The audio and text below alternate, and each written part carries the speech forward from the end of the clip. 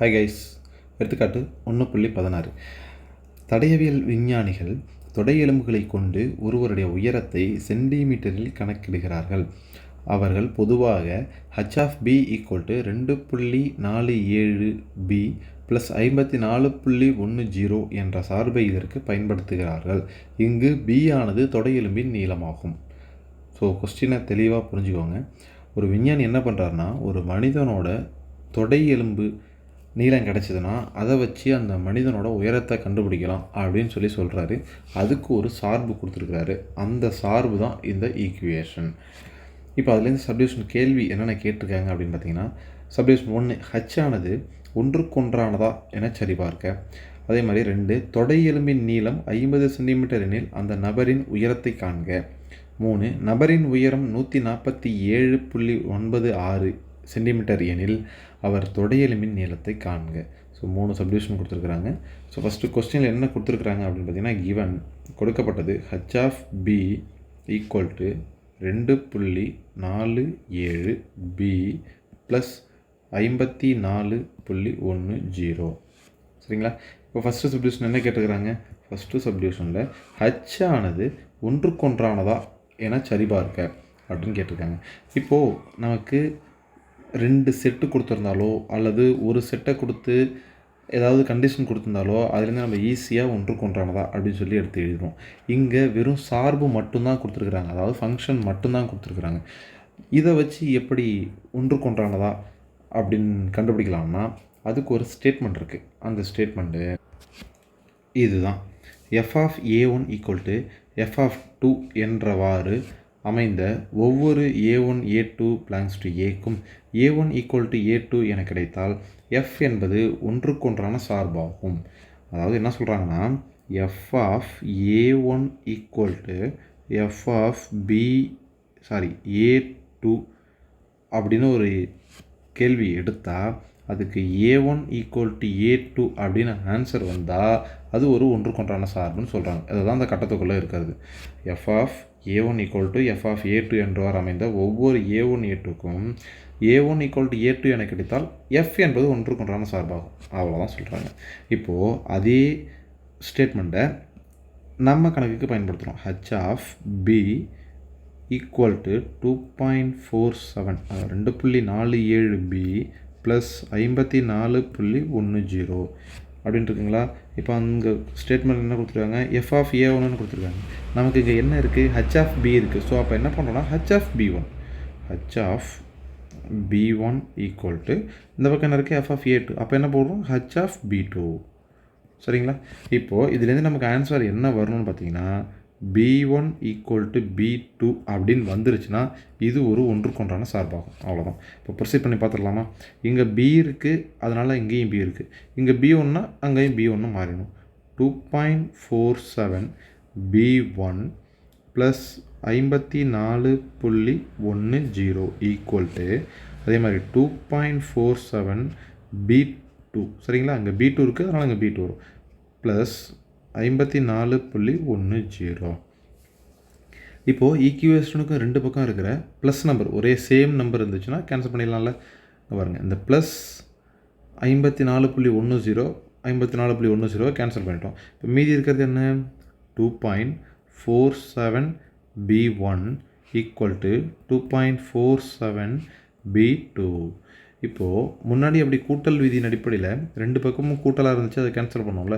இப்போ அதே மாதிரி இந்த 2 பக்கமும் பெருக்கலாக இருக்குது. இதெல்லாம் எப்படி கேன்சல் ஆகும் அப்படின்னு சொல்லி கேட்டிங்கன்னா, பாருங்களேன். இப்போ இந்த 2.47 × b1 இருக்குங்களா? இது ரெண்டும் பெருக்கல்ல தானே இருக்குது. அப்போது இந்த 2.47 ஈக்குவலுக்கு அந்த பக்கம் போச்சுன்னா வகுத்தெல்லாம் மாறும். அப்போ என்னாகும்? தொகுதியில் இருக்க 2.47 பகுதியில் இருக்க 2.47 கேன்சல் ஆகிடும். அதை தான் டைரெக்டாக நம்ம கேன்சல் பண்ணுறோம். 2.47 2.47 கேன்சல் பண்ணியாச்சு. மீதி இருக்கிறது என்ன? b1 b2. ஸோ ஆன்சர் நமக்கு வந்துருச்சா? b1 b2ன்னு. ஸோ அப்போ b1 b2 சமமாக வந்ததுனால இந்த சார்பானது ஒன்றுக்கொன்றானதாகும். சரிங்களா? அவ்வளோதான். ஃபஸ்ட்டு சப்டிவிஷன் கண்டுபிடிச்சாச்சு. அடுத்தது ரெண்டாவது சப்டிவிஷன் என்ன கேட்டிருக்கிறாங்க? தொடை எலும்பின் நீளம் 50 சென்டிமீட்டர் எனில் அந்த நபரின் உயரத்தை காண்க அப்படின்னு சொல்லிட்டாங்க. இங்கே தொடை எலும்பின் நீளம் என்னன்னு சொல்லியிருக்கிறாங்க, பின்னு கணக்கிலேயே மென்ஷன் பண்ணி கொடுத்துட்டாங்க. ஸோ கொடுக்கப்பட்ட சார்பில் பி எங்கே இருக்குது, இந்த இடத்துல இருக்குது. இப்போ இந்த பிக்கு பதிலாக இந்த 50 சென்டிமீட்டர் அப்ளை பண்ணோன்னா ஹைட் எவ்வளோங்கிறது கிடச்சிரும். அவ்வளோதான். இப்போ பாருங்களேன், கொஸ்டின் என்ன முதல்ல, H of P equal to 2 புள்ளி, அதாவது சப்டிவிஷன் 2.47 பி ப்ளஸ் 54.10. அடுத்தது கொஸ்டினில் என்ன கொடுத்துருக்காங்க, தொடை எலும்பின் நீளம் ஈக்குவல் டு 50 சென்டிமீட்டர்னு கொடுத்துருக்காங்களா. தொடை எலும்பின் நீளம் 50 சென்டிமீட்டர். இப்போ நம்ம என்ன பண்ணணும், H of 50 equal to 2.47 into 50. சரிங்களா, கரெக்டாக அந்த பி இந்த இடத்துல அந்த 50 அப்ளை பண்ணுறோம். அடுத்தது ப்ளஸ்ஸு 54.10. சரிங்களா, இப்போ ஃபஸ்ட்டு என்ன பண்ணணும், அடுத்தது இந்த 2.47 இன்ட்டு 50 பெருக்கணும். ரெண்டுத்தையும் பெருக்கணும் என்ன வருது, இப்போ இந்த 2.47 இருக்கிறத 247 இன்ட்டு 50ன்னு எடுத்துக்கிறேன். ஸோ இப்போ ரெண்டுத்தையும் பெருக்குன்னா 12,350 இருக்குது.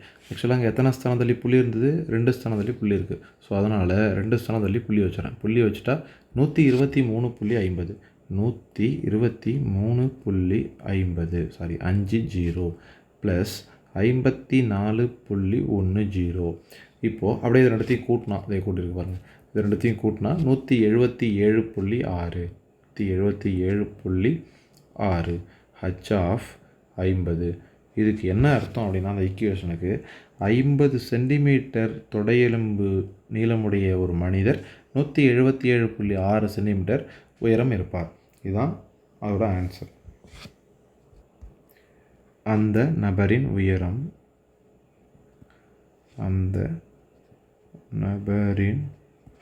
உயரம் ஈக்குவல் டு 177.6 சென்டிமீட்டர். அவ்வளோதான்.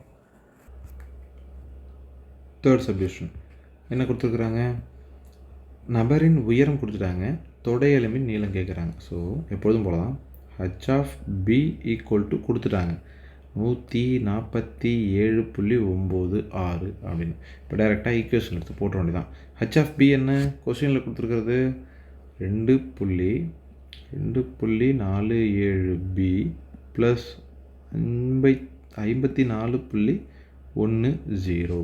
Equal to 147.96. பாருங்களேன், இப்போ இந்த ப்ளஸ் டேர்ம் அந்த பக்கம் போச்சுன்னா என்ன மாறும், 2.47, அதாவது 2.47 பி ஈக்குவல் டு 147.96 மைனஸ் 54.1. இப்போது இதை சப்ராக்ட் பண்ணால் எவ்வளோ வருது, 93.86. இப்போ இந்த பக்கம் என்ன இருக்குது, 2.47 பி. இப்போது இந்த பெருக்கல்ல இருக்க 2.47 அந்த பக்கம் போச்சுன்னா வரும், P equal to 93.86 divided by வகுத்தலில் போய்டுமா 2.47. இப்போது இது ரெண்டுமே பின்ன நம்பராக இருக்குது, சாரி ரெண்டுமே புள்ளி வச்ச எண்களாக இருக்குது, தசம எண்களாக இருக்குது. ஓகே, இதை அப்படியே வகுக்கணும் அப்படின்னா கொஞ்சம் சிரமம். அதனால் நான் என்ன பண்ணுறேன், மேலேங்கிரி 100ஆல் பெருக்கி வகுத்துக்கிறேன். அந்த மாதிரி பெருக்கி வகுத்தா என்ன ஆகும் அப்படின்னு பார்த்தீங்கன்னா, 2 சைபர் இருக்குங்களா. ஸோ இந்த புள்ளியானது 2 ஸ்தானம் வலது பக்கமாக இடம்பெயரும். 2 ஸ்தானம் வலது பக்கமாக இடம்பெயர்ந்தால் என்ன மாறுது, 93.86, அதாவது 9386 வந்துருச்சுங்களா. அதே மாதிரி கீழே 2 ஸ்தானம் இந்த புள்ளி நகர்ந்துச்சுன்னா 247 அப்படின்னு வந்துடும். இப்போது 9386 247ஆல் வகுக்கணும். சரிங்களா, இப்போது கீழே இருக்கிற நம்பர் வந்து சின்னதாக ஏதாவது ஒரு நம்பரால் வகுப்படும் அப்படின்னா கொஞ்சம் கொஞ்சமாக கேன்சல் பண்ணலாம். ஆனால் இந்த 247 அப்படிங்கிறது 18 வரைக்கும் எந்த நம்பராலையும் வகுப்படாது. ஆனால் 19ஆல் வகுப்படும். 19ஆல் வகுத்து பார்த்தோம் அப்படின்னா என்ன வருதுன்னு பாருங்களேன், ஒரு 19 சரிங்களா. மீதி எவ்வளோ இருக்குது இங்கே பாருங்கள், 247 19ஆல் வகுத்தா எவ்வளோ வருது? ஒரு 19 19, மீதி 5, அடுத்த நம்பரு 7, 3 × 19 57, கரெக்டுங்களா? 57, ரிமைனிங் 0. ஸோ இதை 19ஆல் வகுத்தா என்ன வருது? 13 × 19 247. இங்கே 19ஆல் வகுத்தா அப்போ மேலே இருக்கிறது என்ன பண்ணணும்? 19ஆல் தான் வகுக்கணும். 19ஆல் வகுத்தா என்ன வருதுன்னு பார்த்துருவோமா? 9386, அதாவது 9386 19ஆல் வகுத்தா 4 × 19 எவ்வளோ வருது? 76. 76, 93ல் 76 போச்சுன்னா 13ல் 6 போச்சுன்னா மீதி 7, 8ல் 7 போச்சுன்னா மீதி 1. இந்த 8 இறக்கிக்கலாமா? அடுத்தது 9 × 19 171, மீதி என்ன இருக்குது? 8ல் 1 போச்சுன்னா 7, இதெல்லாம் 0 ஆகிடும். அடுத்த நம்பர் என்ன இருக்குது? 6, 76. ஃபஸ்ட்டே இங்கே போட்டோம்ல 76, 4 × 19 எவ்வளோ வருது? 4 × 19 76, ரிமைனிங் 0. இதுவும் 19ஆல் முழுசாக வகுப்பட்டுருச்சு. அப்போது மேலேயும் கீழேயும் 19ஆல் கேன்சல் பண்ணோம்னா மேலே 494ன்னு மாறுது, கீழே 13ன்னு மாறுது. ஸோ இப்போ வேறு ஆப்ஷனே இல்லை. ஏன்னா 13 பகாயின். அப்போது டைரெக்டாக 494 13ஆல் தான் வகுத்தாகணும். இப்போது 494 டிவைடு 13. இப்போ 494 14ஆல் வகுத்துருவோமா? 494 டிவைடு 13. ஒரு 13 13, 2 13 26, 3 13 39, 3 13 39, மீதி எவ்வளோ இருக்குது? 9 9 போச்சுன்னா 0, 4ல் 3 போச்சுன்னா 1, 104. 8 13 104, 8 × 13 104, பேலன்ஸ் 0. ஒரு 13 13, 38 13, 494 ஈக்குவல் டு 38 சென்டிமீட்டர். ஓகே, இப்போ ஆன்சர் கண்டுபிடிச்சாச்சா? அவரின் தொடை எலும்பின் நீளம்